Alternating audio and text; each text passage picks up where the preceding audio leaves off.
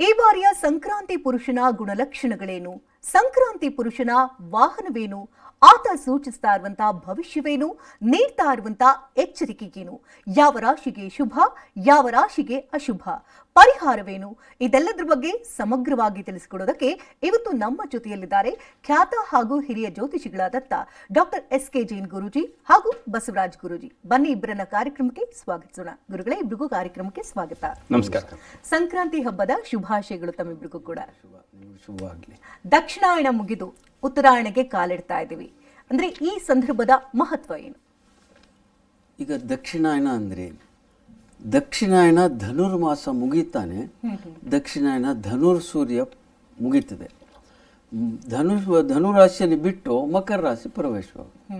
ಅದನ್ನು ಉತ್ತರಾಯಣ ಪುಣ್ಯಕಾಲ ಅಂತ. ಇದು ಶುಭ ಅಂತ ನಾವು ಹೇಳಬೇಕಾಗಿಲ್ಲ, ಪ್ರಕೃತಿಯಲ್ಲೇ ನಮಗೆ ಕಾಣಿಸುತ್ತಾ ಚಳಿ ಕಡಿಮೆ ಆಗೋದು. ಸೊ ಸೂರ್ಯನಾರಾಯಣ ನವಗ್ರಹಕ್ಕೆ ರಾಜನು ಈ ಉತ್ತರಾಯಣದಲ್ಲೆಲ್ಲ ಶುಭ ಕಾರ್ಯ ಮಾಡಿ ಅಂತ ಹೇಳಿದ್ದಾರೆ. ವಿಶೇಷವಾಗಿ ಮೂರ್ತಿ ಸ್ಥಾಪನೆ ಮಾಡಬೇಕು ಅಂದರೆ ನಾರದ ಸಂಹಿತೆಯಲ್ಲಿ ಆ ಶುಭ ಸಮಯಕ್ಕೆ ಕಾಯಿರಿ. ಭೀಷ್ಮಾಚಾರ್ಯರು ಶರಶಯ ಮೇಲೆ ಕಾಯ್ದ್ರು, ಪ್ರಾಣ ಹೋಗ್ಲಿಕ್ಕೂ ವಿಷ್ಣು ಸಹಸ್ರನಾಮ ಹೇಳಿಬಿಟ್ರು. ಶ್ರೀಕೃಷ್ಣನೇ ಎದುರಿಗಿದ್ದಾರೆ, ಆದರೆ ಉತ್ತರಾಯಣಕ್ಕಾಗಿ ಕಾಯ್ತೀನಿ, ಇಚ್ಛಾಮರಣಿ. ಆದ್ರಿಂದ ಇದು ಎಲ್ಲಾ ಶಾಸ್ತ್ರಗಳು ಪುರಾಣಗಳು ವರ್ಣನೆ ಇದೆ. ಜೊತೆಗೆ ಸುಗ್ಗಿ ಹಬ್ಬ ಅಂತ ಕೂಡ ಕರಿತೇವೆ. ಹೌದು, ಸುಗ್ಗಿ ಹಬ್ಬ. ಸೊ ಅದು ಬಹಳ ಸಂತೋಷ ತರುವಂತ ಹಬ್ಬ ಮಕರ ಸಂಕ್ರಾಂತಿ, ಉತ್ತರಾಯಣ. ಮತ್ತೆ ಉತ್ತರಾಯಣದಲ್ಲಿ ಪ್ರಾಣ ಹೋಗುವವನು, ಶುಕ್ಲ ಪಕ್ಷದಲ್ಲಿ ಪ್ರಾಣ ಹೋಗುವವರು ಜನ್ಮಕ್ಕೂ ಶುಭ, ಪ್ರಾಣ ಹೋಗ್ಲಿಕ್ಕೂ ಶುಭ. ಆಮೇಲೆ ದಿನದಲ್ಲಿ ಪ್ರಾಣ ಹೋಗುವವರಿಗೆ ಪುನಃ ಆತ್ಮ ಬರೋದಿಲ್ಲ ಅಂತ ಭಗವದ್ಗೀತೆಯಲ್ಲಿ ದೇವರೇ ವರ್ಣಿಸ್ತಾರೆ. ಆದ ಕಾರಣ ಮೋಕ್ಷ ಪ್ರಾಪ್ತಿಯಾಗುತ್ತೆ. ಹೌದು, ಅಂದ್ರೆ ದೇವತೆಗಳ ದ್ವಾರ ಅಂದ್ರೆ ಓಪನ್ ಆಗುತ್ತೆ, ಅಷ್ಟು ಶುಭ. ಸ್ವರ್ಗದ ಬಾಗಿಲು. ಹೌದು, ಸ್ವರ್ಗ. ಯಾಕಂದ್ರೆ ಮಕರ ಸೂರ್ಯ ಪ್ರವೇಶ ಆಗ್ತಾನೆ, ನವಾಂಶದಲ್ಲೂ ಪ್ರವೇಶವಾಗುತ್ತೆ. ಅದ್ಭುತವಾದಂತ ಯೋಗ. ಇನ್ನು ಬಸವರಾಜ್ ಗುರುಜಿ, ಶಯನಾವಸ್ಥೆಯಲ್ಲಿರುತ್ತೆ ಧನುರ್ಮಾಸದ ಸಂದರ್ಭದಲ್ಲಿ ಎಲ್ಲಾ ದೇವತೆಗಳು. ಅಂದ್ರೆ ಸಂಕ್ರಾಂತಿಯ ಸಂದರ್ಭದಿಂದ ಅವರಿಗೆ ಬಿಡುಗಡೆ ಅಂತ ಹೇಳ್ಬೋದು, ಎಚ್ಚರಗೊಳ್ತಾರೆ ದೇವಗಳು ಅಂತ. ಅಂದ್ರೆ ಈ ಸಂದರ್ಭವನ್ನ ಯಾವ ರೀತಿ ವರ್ಣಿಸ್ತೀರಿ ತಾವು? ಶ್ರೀ ಮಾತ್ರೇ ನಮಃ. ಮಕರ ಸಂಕ್ರಾಂತಿಯ ಶುಭಾಶಯಗಳನ್ನು ಕೋರುತ್ತಾ, ನಮ್ಮಲ್ಲಿ ಕಾಲಾಯ ತಸ್ಮೈ ನಮಃ ಅಂತಕ್ಕಂಥ ಒಂದು ಮಾತಿದೆ. ಪ್ರತಿಯೊಂದಕ್ಕೂ ಕೂಡ ಕಾಲವೇ ಎಲ್ಲವನ್ನೂ ಕೂಡ ನಿರೂಪಿಸ್ತಕ್ಕಂಥದ್ದು, ಧನಾತ್ಮಕ ಋಣಾತ್ಮಕ. ಹಾಗಾಗಿ ನೋಡಕ್ಕೆ ಹೋದಾಗ ನಮ್ಮ ಸನಾತನ ಧರ್ಮದಲ್ಲಿ ಉತ್ತರಾಯಣ ದಕ್ಷಿಣಾಯನ ಅಂತ ಎರಡು ಆಯನಗಳು. ಆಯನ ಅಂದ್ರೆ ಚಲಿಸೋದು, ಉತ್ತರ ಆಯನ, ದಕ್ಷಿಣ ಆಯನ ಅಂದ್ರೆ ದಕ್ಷಿಣಕ್ಕೆ ಚಲಿಸೋದು, ಉತ್ತರಕ್ಕೆ ಚಲಿಸೋದು. ಯಾರು ಉತ್ತರಕ್ಕೆ ಚಲಿಸೋದು?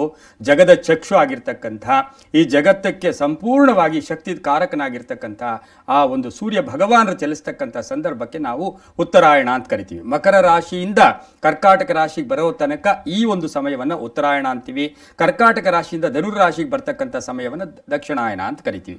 ಈ ಮಕರ ಸಂಕ್ರಾಂತಿ ಅಂದ್ರೆ ಸುಗ್ಗಿ ಹಬ್ಬ ಅಂತೀವಿ, ಚೈತನ್ಯ ಅಂತೀವಿ, ಶಕ್ತಿ ಕೊಡ್ತಕ್ಕಂಥದ್ದು ಅಂತ ಕೂಡ ನಾವು ಕರೀತಕ್ಕಂಥದ್ದು ಕೂಡ ಆಗಿರ್ತೀವಿ. ಹಾಗೇನೆ ಯಾಕೆ ಇಷ್ಟು ಪ್ರಾಶಸ್ತ್ಯ ಅಂದ್ರೆ, ಉತ್ತರಾಯಣ ಅಂತ ಹೇಳಿದ್ರೆ ದೇವತೆಗಳಿಗೆ ಹಗಲು, ದಕ್ಷಿಣಾಯನ ಅಂದ್ರೆ ದೇವತೆಗಳಿಗೆ ರಾತ್ರಿ. ನಿದ್ರಾವಸ್ಥೆಯಲ್ಲಿರ್ತಕ್ಕಂಥ ದೇವತೆಗಳೇ ಅಲ್ಲ, ಸರ್ವವು ಪ್ರಕೃತಿ, ಪ್ರತಿಯೊಂದು ಮನುಷ್ಯ ಕೂಡ ಎಲ್ಲೋ ಒಂದ್ ಕಡೆ ಜಡತ್ವದಿಂದ ಚೈತನ್ಯಕ್ಕೆ ಬರ್ತಕ್ಕಂಥ ಸಂದರ್ಭ ಏನಿದೆ ಅದು ಉತ್ತರಾಯಣ ಅಂತ ಕೂಡ ಕರಿತೀವಿ. ಹಾಗಾಗಿ ದೇವತೆಗಳಿಗೆ ಇದು ಹಗಲು. ಈ ಆಯನ ಏನಿದೆ, ಈ ಸಂಪೂರ್ಣ ಈ 6 ತಿಂಗಳು ಏನಿದೆ, ಸಾಕಷ್ಟು ವಿಶೇಷಗಳಿದೆ ಉತ್ತರಾಯಣದಲ್ಲಿ. ಆ ಭಗವಾನ್ ಸೂರ್ಯ ಭಗವಾನರು ಯಾರ ಹತ್ರ ಬರ್ತಾ ಇದ್ದಾರೆ? ಮಗನ ಮನೆಗೆ ಬರ್ತಾ ಇದ್ದಾರೆ. ಶತ್ರು ಮಗ, ಆ ಮಗನ ಮನೆಗೆ ಪ್ರವೇಶ ಆಗ್ತಾ ಇರ್ತಕ್ಕಂಥ ಈ ಬಾರಿಯ 2024ರ ವಿಶೇಷ ಏನು ಅಂತ ಹೇಳಿದ್ರೆ, ಈ ನಮಗೆ 14ನೇ ತಾರೀಕು 1ನೇ ತಿಂಗಳು 2024 ಭಾನುವಾರ ರಾತ್ರಿ 2:44 ಸೂರ್ಯ ಭಗವಾನರು ಉತ್ತರಾಷಾಢ ನಕ್ಷತ್ರದ 2ನೇ ಪಾದದ ಮಕರ ರಾಶಿಗೆ ಪ್ರವೇಶ ಮಾಡ್ತಾ ಇದ್ದಾರೆ. ಹಾಗಾಗಿ ನಾವೆಲ್ಲರೂ ಕೂಡ ಆಚರಣೆ ಮಾಡ್ಕೋಬೇಕಾಗಿರ್ತಕ್ಕಂಥದ್ದು 15ನೇ ತಾರೀಕು 1ನೇ ತಿಂಗಳು 2024. ಇದೊಂದು ಗೊಂದಲ ಕೂಡ ಇದೆ ಶಕುಂತಲಾ ಅವರೇ.